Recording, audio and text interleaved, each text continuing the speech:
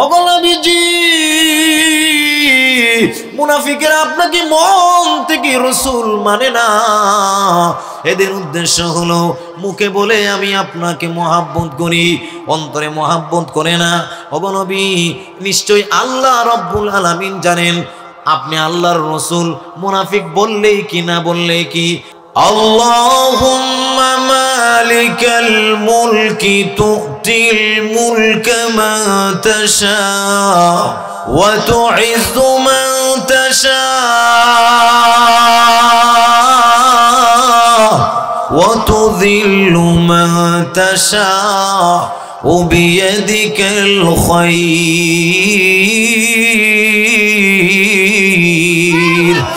আল্লাহ রাব্বুল আলামিন বলেন ওগো নবীজি আপনি এদেরকে জানায় দেন সমস্ত যা আল্লাহ হলেন রাজত্বের মালিক, যার হাতে হলো সর্বমমত্ব, উনি হলেন ইজ্জতের মালিক, উনি হলেন বেইজ্জতের মালিক। আল্লাহ রাব্বুল আলামিন বলেন ও নবী মদিনার সমস্ত সাহাবী এবং মুনাফিকদেরকে আপনি জানায় দেন সমস্ত ইজ্জতের মালিক হলো আল্লাহ। ইজ্জতওয়ালা হলেন রাসূল, ইজ্জতওয়ালা হলেন মুমিন, ইজ্জতওয়ালা হলেন আল্লাহ, ইজ্জতওয়ালা হলেন রাসূল, ইজ্জতওয়ালা হলো মুমিন মুসলমান। এবার আমার সাথে বলুন ইজ্জতওয়ালা কে? আল্লাহ। ইজ্জতওয়ালা কে? আরো জোরে। 2 নম্বরে ইজ্জতওয়ালা কে? 3 নম্বরে ইজ্জতওয়ালা কে? এটা কোরআন শরীফের আয়াত, আমার না, কোরআন শরীফের আয়াত। আল্লাহ রাব্বুল আলামিন বলেন 1 নম্বরের ইজ্জতওয়ালা হলেন আমি আল্লাহ, 2 নম্বরের ইজ্জতওয়ালা হলো আমার রাসূল, 3 নম্বরের ইজ্জতওয়ালা হলো মুমিন। আল্লাহ রাব্বুল আলামিন বলেন কিন্তু মুনাফিকেরা ইজ্জতের ব্যাপারে বুঝে না, এরা মনে কইল ইজ্জতওয়ালা হইল তারা। আসলে তারা যে বলছে নবীজি মক্কা থেকে মদিনায় আসার কারণে ওনার ইজ্জত কমে গেছে, না গো নবীজি আমি আল্লাহ জানায় দিলাম আপনি হলেন আমার কাছে ইজ্জতওয়ালা। কিয়ামত পর্যন্ত মুমিন মুসলমানরা হলো ইজ্জতওয়ালা। জোরে কোন ঠিক কিনা? ভাইরা আমার আল্লাহর নবী কি হইয়া যখন আল্লাহ রাব্বুল আলামিন নাজিল করে দিলেন, আল্লাহ রাব্বুল আলামিনের নবী এবার সর্দার সাহেবের দইরা বইছে, ইয়া রাসূলুল্লাহ আমি এই কথা বলি নাই, আর শিকার অস্বীকারে বাতিল হয়ে যায়। আল বাইনাতু আলা মুদ্দাই ওয়াল ইয়ামিনু মা আনকারা, এটা হলো ইসলামের একটা পরিভাষা। এর অর্থ হলো শিকার অস্বীকারে বাতিল হয়ে যায়। আগে যা বলছিল যদি সাক্ষী না থাকে, শিকার অস্বীকারে বাতিল হয়ে যায় যদি সাক্ষী না থাকে। আব্দুল্লাহ ইবনে উবাই ইবনে সুলুল জানায় দেয় ইয়া রাসূলুল্লাহ ইয়া হাবিবাল্লাহ, ওগো আল্লাহর নবী আমি আপনাকে এই কথা বলি নাই। সাহাবায়ে কেরাম বলেন ওগো নবীজি যেহেতু ছোট বাচ্চা বলেছে ভুলও শুনতে পারে, বাদ দিয়া দেন। আল্লাহর নবীর সাহাবী রাতের আধারে কাঁদতে লাগলেন, ইয়া আল্লাহ মুনাফিকের সর্দার আব্দুল্লাহ বিন উবাই ইবনে সুলুল আপনার নবীকে যে অপমানমূলক কথা বলেছে এটা আমি আমার নিজের কানে শুনেছি। আমার বয়স কম হওয়ার কারণে আমাকে কোনো গুরুত্ব দেয় না, আপনি জানায়া দেন। আল্লাহ রাব্বুল আলামিন কোরআন শরীফের আয়াত নাযিল করে জানায়া দিলেন, ওগো নবীজি ইযা জাআকাল মুনাফিকুন ক্বালু নাশহাদু ইন্নাকা লারাসূলুল্লাহ ওয়াল্লাহু ইয়ালামু ইন্নাকা লারাসূলু ওয়াল্লাহু ইয়াশহাদু ইন্নাল মুনাফিকিনা লাকাযিবুন।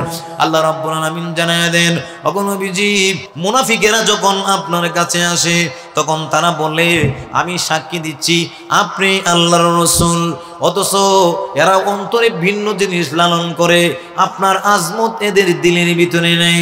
ওগো নবীজি মুনাফিকেরা আপনাকে মন থেকে রাসূল মানে না, এদের উদ্দেশ্য হলো মুখে বলে আমি আপনাকে মহব্বত করি, অন্তরে মহব্বত করে না। ওগো নবী নিশ্চয় আল্লাহ রাব্বুল আলামিন জানেন আপনি আল্লাহর রাসূল, মুনাফিক বললেই কি না বললেই কি, আমি আল্লাহ জানায়া দিলাম আপনি আল্লাহর রাসূল। আল্লাহ এর মাধ্যমে বুঝাইয়া দিলেন মুনাফিকেরা আপনার ব্যাপারে এই মন্তব্য করেছে। শুধু তা না, আল্লাহ আরেক আয়াতে বলেন, আল্লাহ রাব্বুল আলামিন জানায়া দেন আব্দুল্লাহ ইবনে উবাই ইবনে সুলুল বলেছে আপনাকে মদিনা থেকে বের করে দিবে। যখন ওই আয়াত নাজিল হয়ে গেল, এবার আব্দুল্লাহ ইবনে উবাই ইবনে সুলুলকে আল্লাহর নবী জিজ্ঞাসা করেন, সর্দার সাহেব আপনারা বললেন এই কথা বলেন নাই, আল্লাহ দিকে কইছেন? ভাইরা আমার, মুনাফিকের সর্দার আব্দুল্লাহ ইবনে উবাই ইবনে সুলুল আল্লাহর নবীর সাথে শুধু এমন বেয়াদবি করে নাই, জিহাদের ময়দানেও যখন আল্লাহর নবী আব্দুল্লাহ ইবনে উবাই ইবনে সুলুলকে মুমিন মনে করে বললেন যুদ্ধে যাওয়া লাগবে, তুমি আমার সাথে চলো। এবার আল্লাহর নবীর মাসালা দেয়, ইয়া রাসূলুল্লাহ আমরা হইলাম 350 আর এরা হলো 1000-এর উপরে, তার মানে এদের গোড়া বেশি, এদের দনক বেশি, তীর বেশি, বল্লম বেশি। জানিয়া শুনিয়া এদের সাথে যুদ্ধ করলে আমরা মারা পড়ব। জানিয়া শুনিয়া যুদ্ধে যাওয়া মানে আত্মহত্যা মহাপাপ। ওই মুনাফিক যখন দুনিয়ার থেকে বিদায় হয়ে গেল, দুনিয়ার থেকে বিদায় হওয়ার পর সন্তান হিসাবে আব্দুল্লাহ রাদিয়াল্লাহু আনহু আব্দুল্লাহ ইবনে উবাই ইবনে সুলুল ইন্তেকালের পরে আল্লাহর নবীর দরজার সামনে এসে বলে, ইয়া রাসূলুল্লাহ, ইয়া হাবিবাল্লাহ, ওগো আল্লাহর নবীজি, আমার আব্বা গতকালকে দুনিয়া থেকে চলে গেছেন, আপনার কাছে আমি আসলাম। আমার আসার উদ্দেশ্য হলো আপনার কাছে আমার 3টা দাবি আছে। আব্দুল্লাহ এসে বলে, ইয়া রাসূলুল্লাহ, আমার আব্বা হিসেবে আপনি নবীজির কাছে আমার 3টা দাবি আছে। 1 নম্বরের দাবি হলো, ওগো নবীজি, আমার আব্বা দুনিয়া থেকে চলে গেছেন, আপনার কাছে আমার 3টা দাবি। 1 নম্বরের দাবি হলো, ওগো নবীজি, আপনার ব্যবহারের একটা কাপড় আপনি আমার আব্বার জন্য আপনি দিয়ে দিবেন, ওই ব্যবহারের কাপড়টা আমার আব্বার জন্য কাফন বানাবো। 2 নম্বরের দাবি হলো, ওগো আল্লাহর নবীজি, আপনি মেহেরবানি করে আপনার তুতু মুবারক একটু আমার আব্বার জন্য দিবেন। আপনার তুতু মুবারক তো তুতু না, আপনার তুতু মুবারক হলো মেশকে আম্বরের মতো সুঘ্রাণযুক্ত, আতরের চাইতেও আরো ঊর্ধ্বে, মেশকের চাইতেও আরো ঊর্ধ্বে। ওগো নবীজি, আপনার তুতু মুবারক যদি একটু আমাকে দিয়া দেন, তাহলে আমার আব্বার কপালে, নাকে, মুখে লাগায়া সেন্ট হিসাবে ব্যবহার করব। 3 নম্বরের দাবি, ওগো নবীজি, আপনি আমার আব্বার জানাজার নামাজটা পড়াইয়া দিবেন। আল্লাহর নবী বলেন, ও আব্দুল্লাহ, আমি যদি তোমার আব্বার জানাজা পড়াইয়া দিই, তাহলে যদি তোমার আব্বাকে আল্লাহ মাফ করে দেয়, তাহলে আমার নবীর তো কোনো অসুবিধা নাই। আমার আরো ভালো হইল, আমার একজন উম্মত আমার জানাজা পড়ানোর কারণে তার নাজাতের ফয়সালা হয়ে গেল। নবীজির কত বড় দিল দেখেন, সারা জীবন নবীজির বিরোধিতা করেছে, তারপরেও নবীজি ওই মুনাফিকের সর্দারের জানাজা পড়ানোর জন্য রাজি হয়ে গেছেন। আল্লাহর নবী জানায় দেয়, নেও আব্দুল্লাহ, দিলাম আমার জুব্বা মুবারক, এই মুবারক জুব্বা নিয়া তোমার আব্বাকে কাফন পরায়া দাও। 2 নম্বর হলো, তুমি যে আমার তুতু মুবারক চেয়েছিলে, দিয়ে দিলাম তোমাকে আমার সেই তুতু মুবারক, এই তুতু মুবারক তুমি নিয়ে যাও, তোমার আব্বার কপালে, নাকে, মুখে, কাফনে আতর হিসাবে তুমি লাগাইয়া দাও। 3 নম্বর হলো, অসুবিধা নাই, আমি বিশ্ব নবী তোমার আব্বার জানাজায় আসতেছি। মদিনার ভিতরে 20,000 ইহুদি সেই দৃশ্য দেখতেছে, আল্লাহ নবীর উদারতা দেখতেছে। মুনাফিকের সর্দার প্রকাশ্য নবীর দুশ্মন, এরকম দুশ্মনের রাসূলের ব্যাপারেও আল্লাহ নবীর উদারতা দেখে তারা হতভম্ব হয়ে গেছে, তারা বড় আশ্চর্য হয়ে গেল। এরকম উদারতা নবী মুহাম্মদ কেমনে দেখায়, নবী মুহাম্মদে এত উদারতা কেমনে দেখায়। এই অবস্থাটা দেখে মদিনার ভিতরে 20,000 ইহুদি এই দৃশ্যটা ফলো করতেছে। আল্লাহর নবী যেমন কথা তেমন কাজ, কাফন তো দিয়ে দিলেন, জুব্বা, এরপরে আতর হিসেবে তুতু মুবারক দিয়ে দিলেন। এবার নবীজি জানাজার নামাজ পড়ানোর জন্য প্রস্তুতি গ্রহণ করতেছেন। জানাজার নামাজ পড়াইতে যাবে, এমনি খলিফাতুল মুসলিমিন আমিরুল মুমিনিন হযরত উমর রাদিয়াল্লাহু আনহু পিছন থেকে নবীজির জুব্বা টান দিয়ে ধরছে।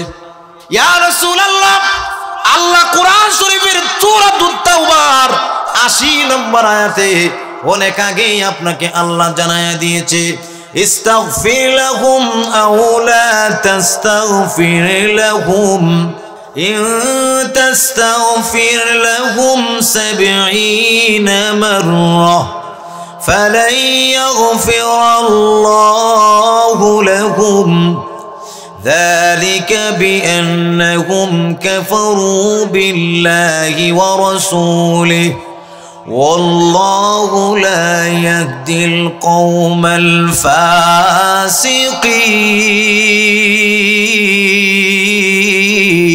الفاسقين وقال نبيجي আল্লাহ রাব্বুল আলামিন আপনাকে আগেই জানায়া দিয়েছেন সূরাতুত তাওবার ৮০ নম্বর আয়াতে ওগো নবীজি আমি আল্লাহ আপনাকে আগেই সতর্ক করে দিলাম মুনাফিকের জন্য আপনি আমার কাছে দোয়া করবেন না আল্লাহর নবীর জবানটা এত পবিত্র নবীদের জবান দিয়া দোয়া অথবা বদদোয়া বের হতে দেরি হয় আল্লাহর দরবারে পৌঁছাইতে একটা সেকেন্ডও দেরি হয় না আল্লাহ রাব্বুল আলামিন জানায়া দিলেন ওগো নবীজি আপনি কিন্তু এত মুবারক দোয়া মুনাফিকের পক্ষে আপনি করবেন না আপনাকে আমি জানায়া দিলাম মুনাফিকের জন্য দোয়া করবেন না হযরত ওমর বলেন ওগো নবীজি সূরাতুত তাওবার ৮০ নম্বর আয়াতে আল্লাহ আপনাকে আগেই জানায়া দিয়েছেন মুনাফিকের জন্য আপনি দোয়া করবেন না খলিফাতুল মুসলিমিন হযরত ওমর রাদিয়াল্লাহু আনহু পিছন দিক দিয়ে জুব্বা টান দিয়ে বলেন ওগো নবীজি